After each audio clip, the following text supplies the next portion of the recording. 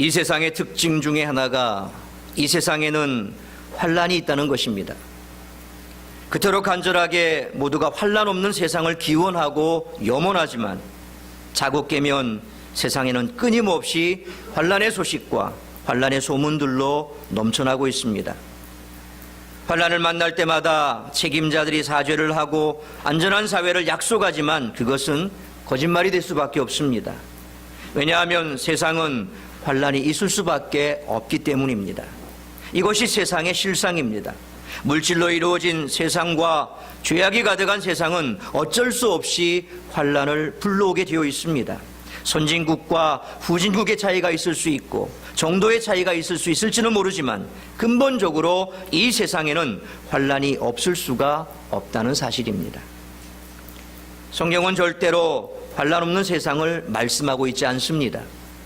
예수님께서도 환난 없는 세상을 약속하지 않으셨습니다. 오히려 예수님께서 제자들에게 세상에서 환난을 당하게 될 것이라고 미리 말씀하셨습니다. 환난이 있기 때문에 그래서 세상입니다. 세상에는 누구에게나 늘 환난이 있습니다. 그러기에 사람들은 세상을 두려워하게 됩니다. 세상에 나아가 온갖 어려움을 헤치며 살아갈 일을 생각하며 불안해합니다. 언제 닥칠지 모르는 환난 때문에 걱정합니다. 제2차 세계대전 당시에 전선에서 죽은 미군 청년은 20만 명이라고 합니다. 그런데 이에 비해 미국 본토에서 전장에 보낸 자녀 때문에 염려, 근심하다가 죽은 사람이 100만 명에 넘는다고 합니다. 이와 같은 통계 수치로 알 수 있듯이 염려와 근심이 보이지 않는 살인마 역할을 하고 있다는 것입니다. 우리는 환난 날에 대한 분명한 이해를 가지고 있어야겠습니다. 그래서 보이지 않는 살인마 역할을 하고 있는 이 두려움을 이겨내야겠습니다. 어떤 독수리가 크게 상처를 받았습니다. 아마 큰 고난을 당하고 아픔을 당했던 모양입니다. 도저히 살 소망이 없어 독수리들에게 나처럼 상처받은 독수리들 다 모여라. 우리 죽음의 계곡에 가서 머리 쳐박고 죽어버리자. 그렇게 얘기했더니 독수리들이 수없이 많이 모여들더라는 겁니다. 어떤 독수리는 사업에 실패해 상처받았다 하고, 어떤 독수리는 시련을 당해 상처받았다 하고, 어떤 독수리는 친구에게 배신당했다 하고, 어떤 독수리는 주식 투자에서 실패했다 하고 난리가 아니었습니다.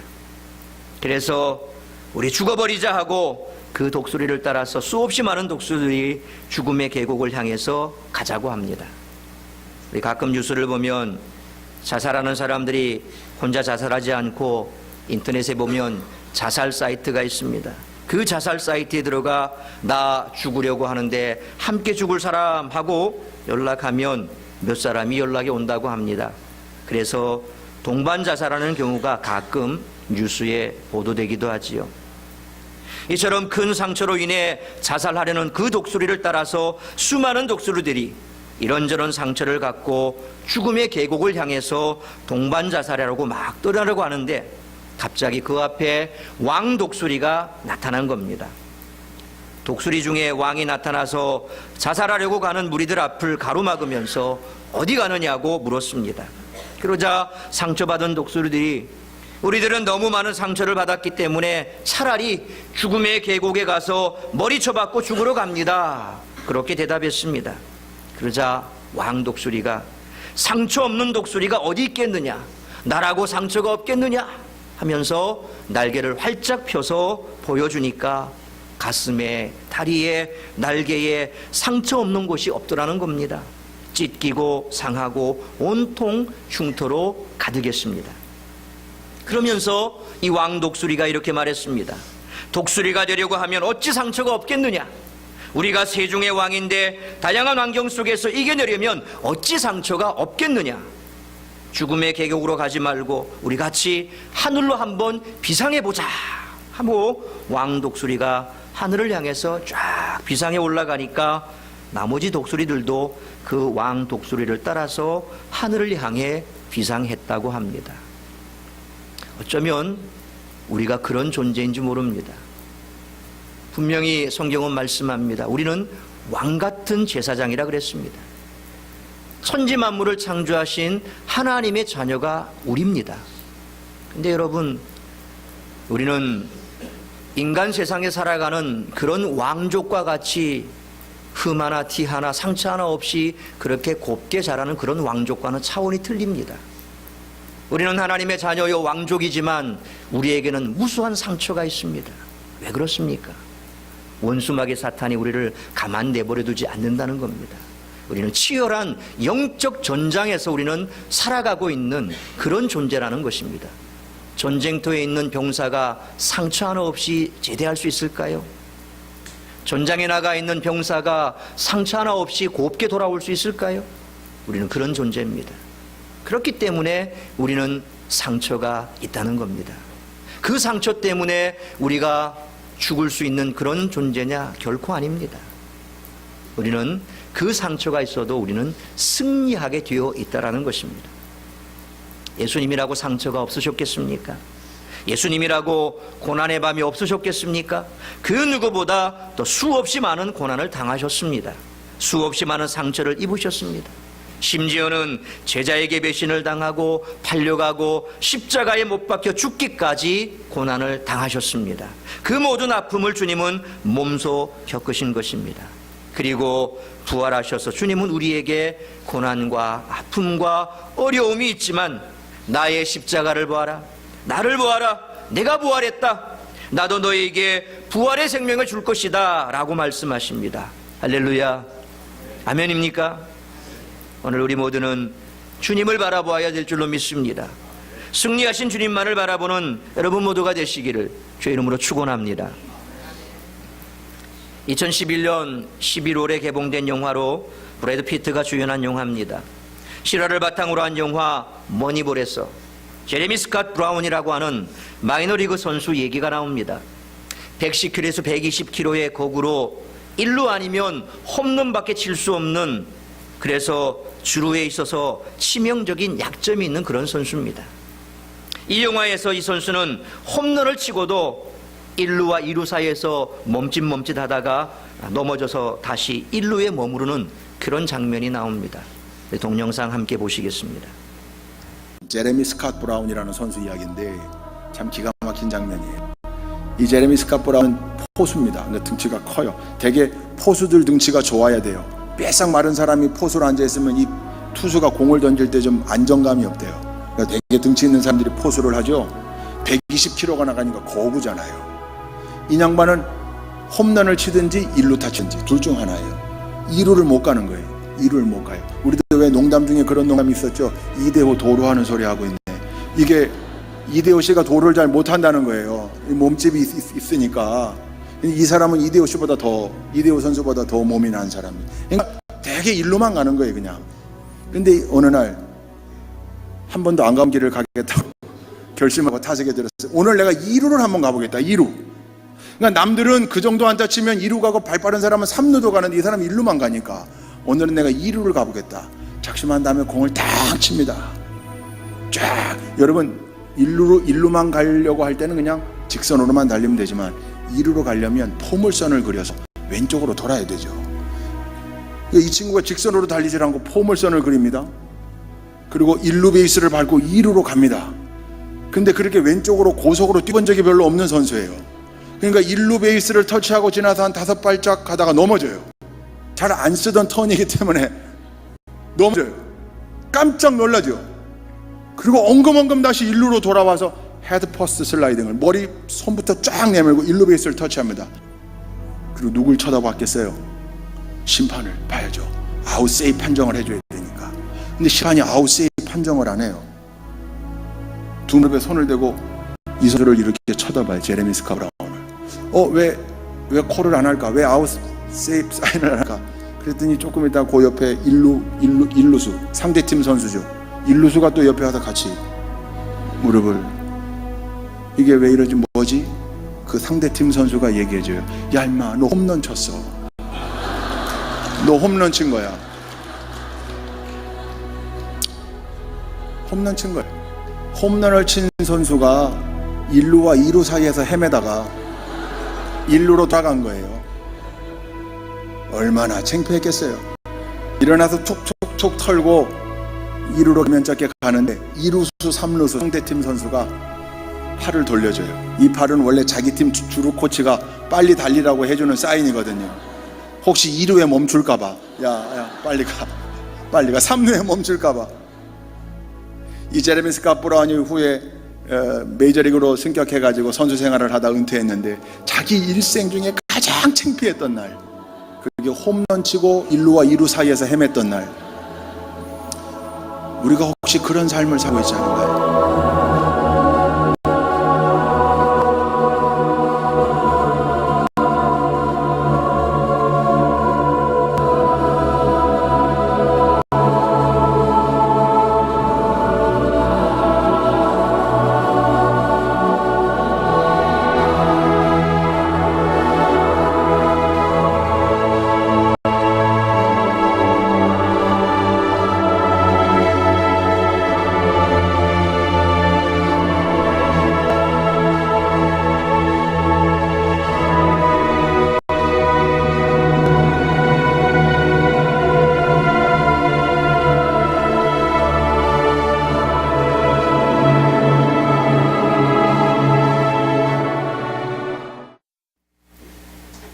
여러분, 우리가 혹시 이 제레미 스캇 브라운과 같은 그런 삶을 살고 있지는 않습니까? 홈런을 칠 수 있는 능력이 있음에도 나는 잘해봐야 2루밖에 갈 수 없어. 그것도 운이 좋으면 말이지. 이런 생각을 항상 하면서 자신에게 주어진 능력을 제한하고 있지는 않습니까? 우리 모두는 홈런을 칠 수 있는 능력을 하나님께로 부여받은 줄 믿으시길 바랍니다. 아멘입니까? 아멘입니까? 전부 1루밖에 못 가시겠네. 만년 1루로 사실랍니까? 다시 묻겠습니다. 여러분은 하나님으로부터 홈런을 칠 수 있는 능력을 부여받은 줄 믿으시길 바랍니다. 네, 이제 한 2루 가겠네. 홈런을 칠 수 있는 능력을 주신 하나님을 믿는 믿음이 있으면 2루만 치겠다고 약한 마음 먹지 마시고, 어쩌다가 공을 쳤는데 달리다 넘어지면 곧바로 돌아와 1루로 기어가는, 그래서 1루 베이스만 밟아도 잘했다고 약한 마음 먹지 마시고, 공을 쳤으면 끝까지 믿음으로 달려가시기를 주님의 이름으로 축원합니다. 최영선의 낙타는 왜 사막으로 갔을까라는 책에 보면 이런 말이 나옵니다. 낙타는 위기를 맞으면 술수를 쓰지 않고 도전한다. 전공법으로 승부수를 던지는 것이다. 땡볕에 쉴 그늘도 없을 때 낙타는 오히려 얼굴을 햇빛 쪽으로 마주 향한다. 햇볕을 피하려 등을 돌리면 몸통의 넓은 부위가 뜨거워지지만 마주보면 얼굴은 햇볕을 받더라도 몸통 부위는 그늘이 만들어져서 어려움은 오히려 줄어들기 때문이다 그랬습니다. 낙타가 정말 이렇게 한다면 우리가 배워야 할 것이 있습니다. 우리도 이따금 사막 같은 세상을 헤맬 때가 있습니다. 모래는 뜨겁고 땡볕은 더 뜨겁습니다. 몸을 돌려 땡볕을 피하느냐, 아니면 낙타처럼 정면으로 땡볕에 맞서느냐, 선택의 기로입니다. 그러나 정면으로 도전하면 새로운 길이 열립니다. 피하면 오히려 죽음이 닥치고 맙니다. 오늘 본문 말씀은 제자들에게 닥쳐올 미래의 일이 결코 순탄치 않을 것임을 아신 주님께서 제자들이 환난을 당하나 담대한 그리스도인이 되기를 격려하시면서 주신 말씀입니다. 주님은 담대한 그리스도인들을 원하십니다. 옛날 주님이 사시던 시대와 지금 우리가 사는 시대는 많이 다릅니다. 그러나 그때나 지금이나 전혀 다를 것이 없는 것들이 있습니다. 그것은 싸워야 하는 환경과 그런 환경을 대하는 마음의 문제입니다. 인생은 부득불 원치 않지만 싸우며 살 수밖에 없는 그런 숙명적인 존재입니다. 자연과도 싸워야 하고 타인과도 싸워야 하고 자기 자신과도 싸워야 합니다. 그리고 우리들은 영적 싸움도 해야 됩니다. 이것은 옛날 사람이나 지금의 사람이나 다를 바가 없습니다. 그리고 이런 싸움은 결국 마음의 문제에 의해서 영향을 받는다는 사실입니다. 예수님과 동시대 사람들도 어떤 사람은 담대한 사람이 있었는가 하면 그렇지 못한 사람들이 있었을 것입니다.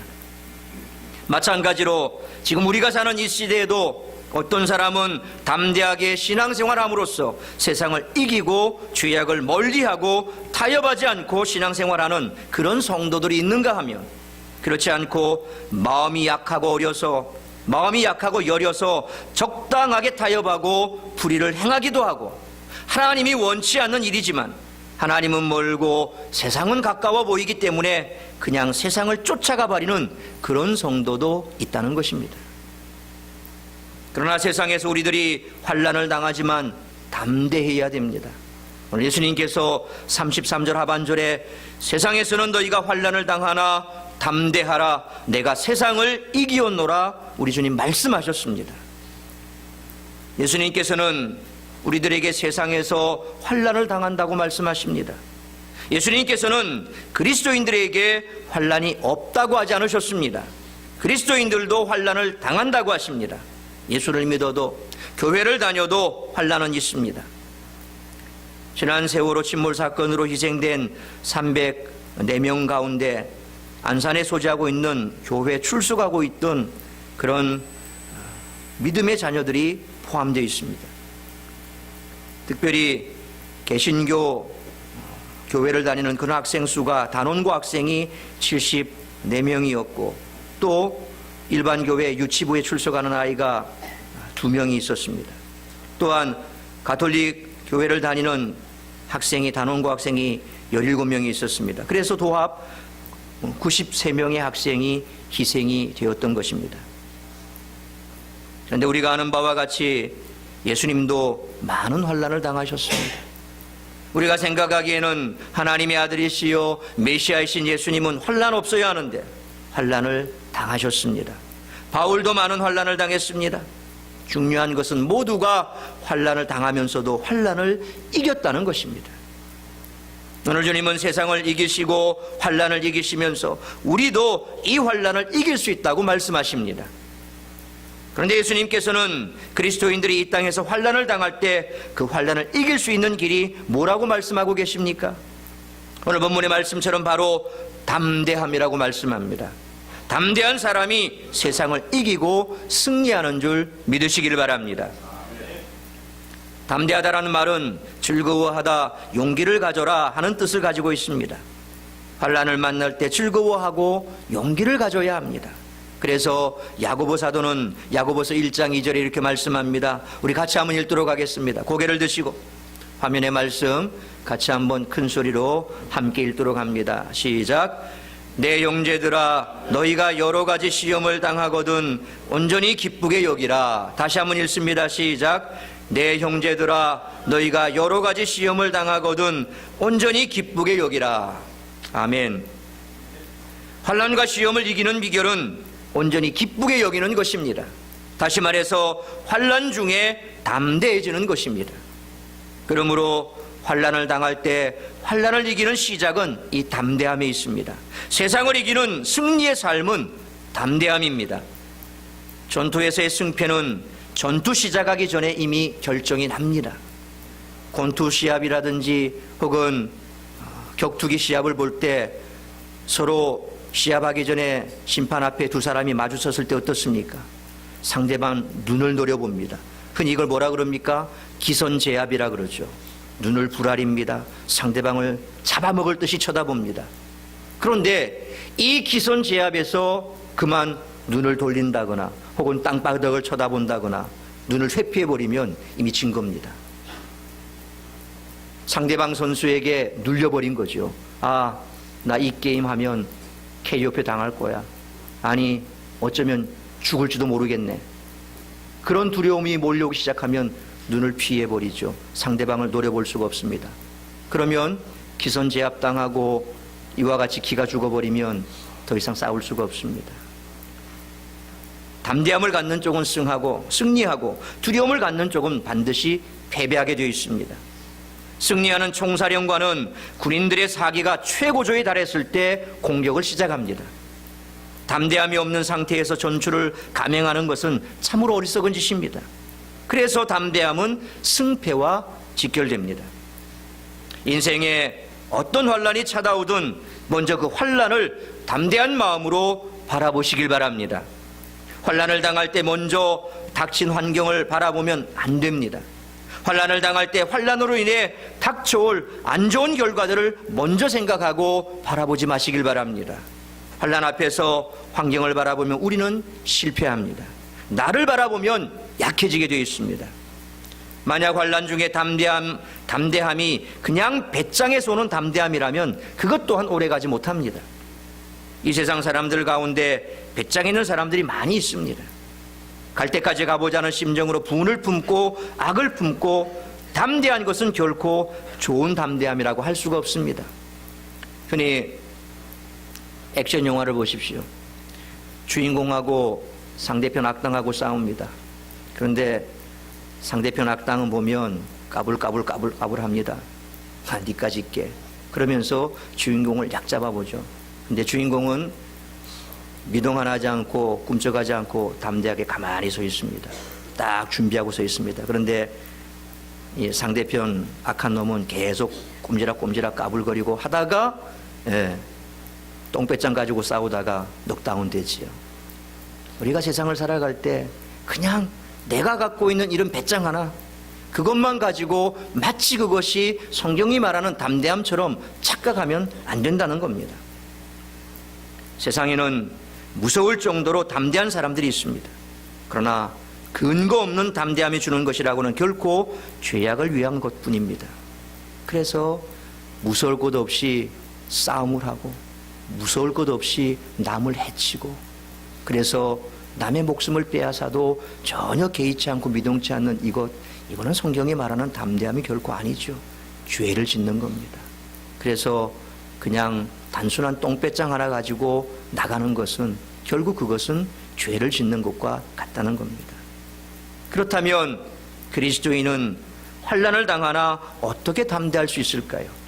첫째로 그리스도인은 기도의 문이 열려 있기 때문에 환난을 당해도 담대할 수 있다는 것입니다. 우리 오늘 본문 26절 말씀 같이 한번 읽어봅니다. 시작. 그날에 너희가 내 이름으로 구할 것이요 내가 너희를 위하여 아버지께 구하겠다는 말이 아니니. 이 말은 이제는 제자들이 예수님의 이름으로 하나님께 기도하게 되었다라는 그런 말씀입니다. 하나님은 예수님의 이름으로 기도하면 그 기도를 들으신다는 말씀입니다. 다시 말하면 기도의 줄이 예수님의 이름으로 연결되었다라는 말씀입니다. 전에는 하나님과 원수된 우리들이었기 때문에 기도의 줄이 끊어져서 아무리 기도해도 응답되지 않았지만 이제 예수 그리스도께서 십자가를 져주심으로 대속의 공로로 말미암아서 우리가 하나님께로 나아갈 수 있는 길이 열리게 되었다는 것입니다. 다니엘은 기도의 문이 열려 있었기 때문에 사자굴도 두려워하지 않았습니다. 다니엘은 열려진 사자굴보다는 예루살렘을 열린 기도의 창문이 닫히는 것을 더 두려워했던 것입니다. 이것이 기도하는 사람의 마음인 것입니다.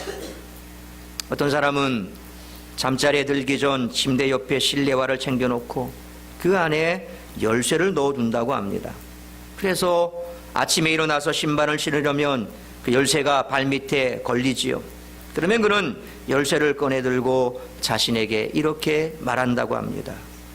내 앞에 잠긴 문이 있을 것이다. 그러나 그 잠긴 문이 나를 막지는 못할 것이다. 내게는 그 잠긴 문을 열 수 있는 열쇠가 있다. 그리고 이렇게 기도합니다. 하나님, 제가 오늘 하루를 살아가다 제 앞길이 막힌 것처럼 보일 때 저로 하여금 좌절감을 느끼지 말게 하시고 모든 난관을 헤치고 닫힌 문을 열 수 있는 열쇠가 있음을 깨닫게 하소서. 그렇게 기도한다고 합니다. 이 닫힌 문을 열 수 있는 열쇠가 뭡니까? 딴 것 하는 것 아닙니다. 이 문을 열 수 있는 사람 열쇠 수리공 찾아다니는 건 아닙니다. 뭐 하는 겁니까? 하나님 앞에 무릎 꿇고 기도하는 겁니다. 닫힌 문, 해결되지 않은 문제, 그래서 그 문제를 해결하기 위해서 백방으로 수소문하고 문제 해결할 사람을 찾아다니는 그 시간에 엎드려 하나님 앞에 기도하는 겁니다. 우리 주님께서 말씀하셨습니다. 마태복음 16장 19절 말씀 우리 같이 한번 읽도록 하겠습니다. 자, 고개를 들어주시고 고개를 들어요 그리고 나를 봐요. 마태복음 16장 19절 말씀 같이 한번 읽습니다. 시작. 내가 천국 열쇠를 내게 주리니 내가 땅에서 무엇이든지 매면 하늘에서도 매일 것이요 네가 땅에서 무엇이든지 풀면 하늘에서도 풀리리라. 믿습니까? 믿습니까? 여러분이 기도하는 그 시간 하나님께서 여러분의 기도를 들으시고 묶여있는 것 풀어주시고 닫혀있는 것 열어주시겠다고 약속하셨습니다. 닫으면 열 자가 없고 열면 닫을 자가 없는 그 권세를 하나님의 자녀인 우리에게 기도라고 하는 것을 통하여서 우리에게 허락하신 것입니다. 여러분은 하나님의 자녀인 줄 믿습니까? 믿습니까? 그러면 기도하면 문제가 해결될 줄 믿습니까? 믿습니까? 노멘? 기도하면 문제가 해결됩니다. 그러므로 사방으로 우겨쌈을 당하는 상황에서도 하늘은 열려 있음을 잊지 마시길 바랍니다. 담대하게 기도함으로 날마다 승리하는 삶을 살아가는 우리 모두가 될 수 있기를 주님의 이름으로 축원합니다. 두 번째로 하나님이 친히 사랑하시기 때문에 환난 가운데서라도 우리는 담대할 수 있다는 것입니다. 27절 말씀 우리 같이 한번 읽도록 하겠습니다. 시작. 이는 너희가 나를 사랑하고 또 내가 하나님께로부터 온 줄 믿었으므로 아버지께서 친히 너희를 사랑하심이라. 전능하신 하나님께서 친히 우리를 사랑하시는데 두려워할 것이 무엇이 있겠습니까? 간접적인 사랑도 아니고 몰래한 사랑도 아니고 직접적으로 하나님이 내 인생에 개입하셔서 날 사랑하신다고 말씀하시는데 우리가 무엇이 두렵겠습니까? 요한복음 1장 4장 요한 1서 4장 18절 이렇게 말씀합니다. 우리 요한 1서 4장 18절 같이 한번 읽습니다. 시작. 사랑 안에 두려움이 없고 온전한 사랑이 두려움을 내쫓나니 두려움에는 형벌이 있음이라. 두려워하는 자는 사랑 안에서 온전히 이루지 못하였느니라. 두려움 자체가 형벌인 것을 기억하시길 바랍니다. 아담과 하와가 선악을 알게 하는 나무의 열매를 따먹는 불순종의 죄를 짓고 제일 먼저 느낀 것이 무엇입니까? 두려워서 하나님의 낯을 피해 숨은 겁니다. 나를 사랑하는 하나님이 세상의 모든 두려움을 내어쫓는 줄 믿으시길 바랍니다. 아멘입니까? 나를 사랑하시는 하나님은 환난을 좋아하시는 하나님이 아니십니다. 하나님은 성도가 환난을 겪는 것을 기뻐하지 않으십니다. 그렇기 때문에 이 세상에만 환난을 당할 뿐 하나님의 나라에 온전히 들어간다면 그곳에는 결코 환난이 없습니다. 환난이 없는 곳으로 우리를 인도하실 것을 믿으시길 바랍니다. 현실에서의 이 삶이 비록 어렵고 고통이 된다고 할지라도 세상이 모르는 참된 인생의 기쁨과 평안 그리고 자유를 주시기 위해서 하나님께서는 예수 그리스도를 이 땅에 보내주셨고 그를 믿는 자에게 멸망하지 않고 영생을 약속하셨으며 영생에 들어가는 그 길을 예비해 놓으신 줄 믿으시길 바랍니다. 그래서 사도 바울은 이렇게 선포했습니다. 로마서 8장 18절 말씀 같이 한번 읽습니다. 시작. 생각하건대 현재의 고난은 장차 우리에게 나타날 영광과 비교할 수 없도다. 고린도후서 4장 18절에도 이렇게 말씀합니다. 같이 읽습니다. 시작. 우리가 잠시 받는 환난에 경한 것이 지극히 크고 영원한 영광에 중한 것을 우리에게 이루게 함이니. 아멘. 현재 세상과 장차 올 그리고 장차 들어갈 영광의 나라는 환난에서 차이가 납니다. 이 세상에서는 우리가 구분 없이 환난을 당하나 장차 올 그리고 장차 들어갈 하나님의 나라에서는 그렇지 않다는 것입니다. 그것은 눈물이 없으며 다시 아픈 것이나 죽는 것이 없으며 환난이 없는 곳이 사실입니다. 우리 주님께서 십자가의 고난과 수치를 참을 수 있었던 것은 이후에 주어질 하늘의 영광이었습니다. 그래서 히브리서 기자는 히브리서 1장 12장 2절에서 이렇게 말씀합니다. 우리 히브리서 12장 2절 말씀 같이 한번 읽습니다. 시작. 믿음의 주요 또 온전하게 하시는 이인 예수를 바라보자. 그는 그 앞에 있는 기쁨을 위하여 십자가를 참으사 부끄러움을 개의치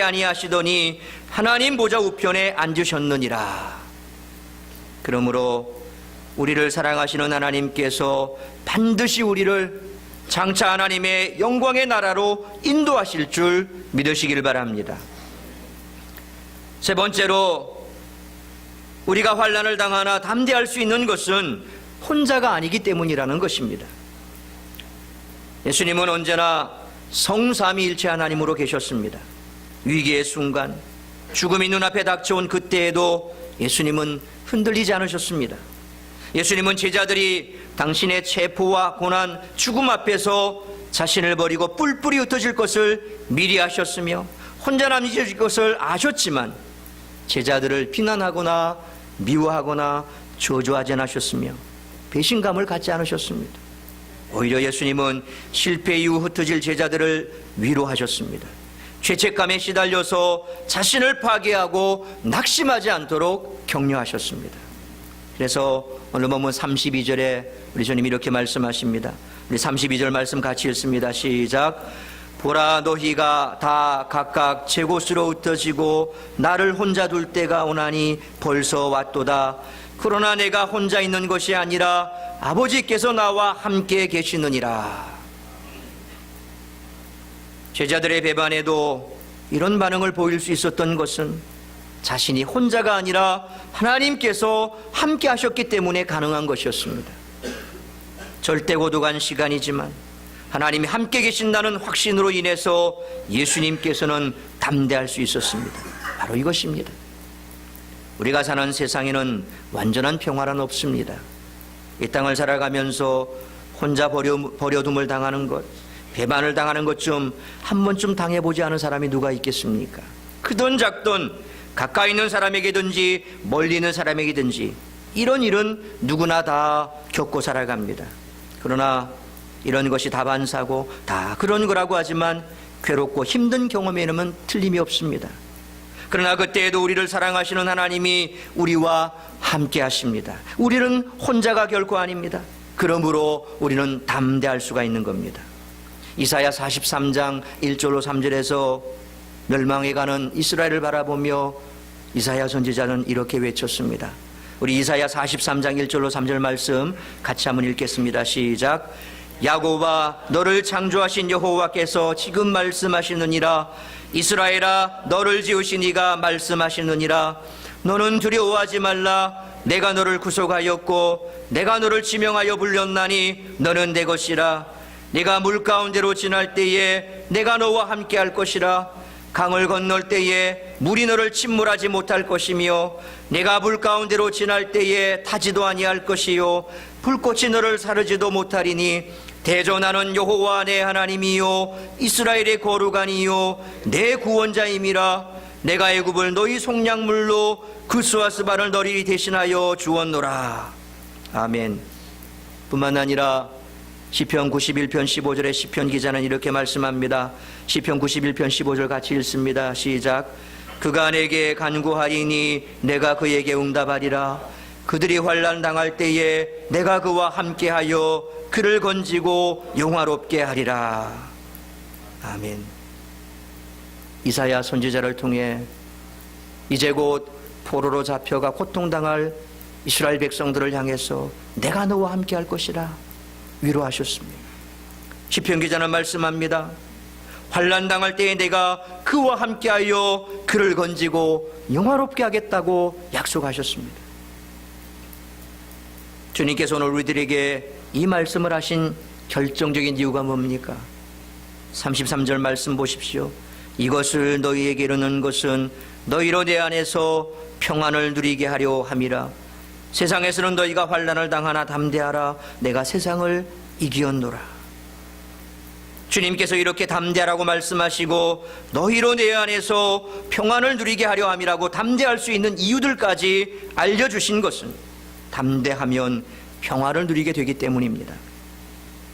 평화는 담대한 사람에게 주시는 하나님의 선물입니다. 주님이 우리에게 주시고자 하시는 것은 두려워하는 마음이 아니고 평안인 것을 믿으시길 바랍니다.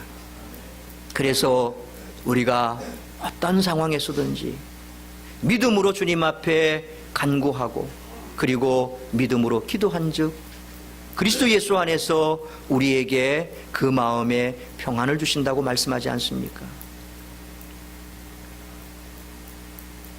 주님의 말씀을 믿고 순종하여 담대하면 우리 마음속에 평안이 오게 되어 있습니다. 그러나 주님의 말씀을 의심하고 불순종하면 두려움이 되는 것입니다.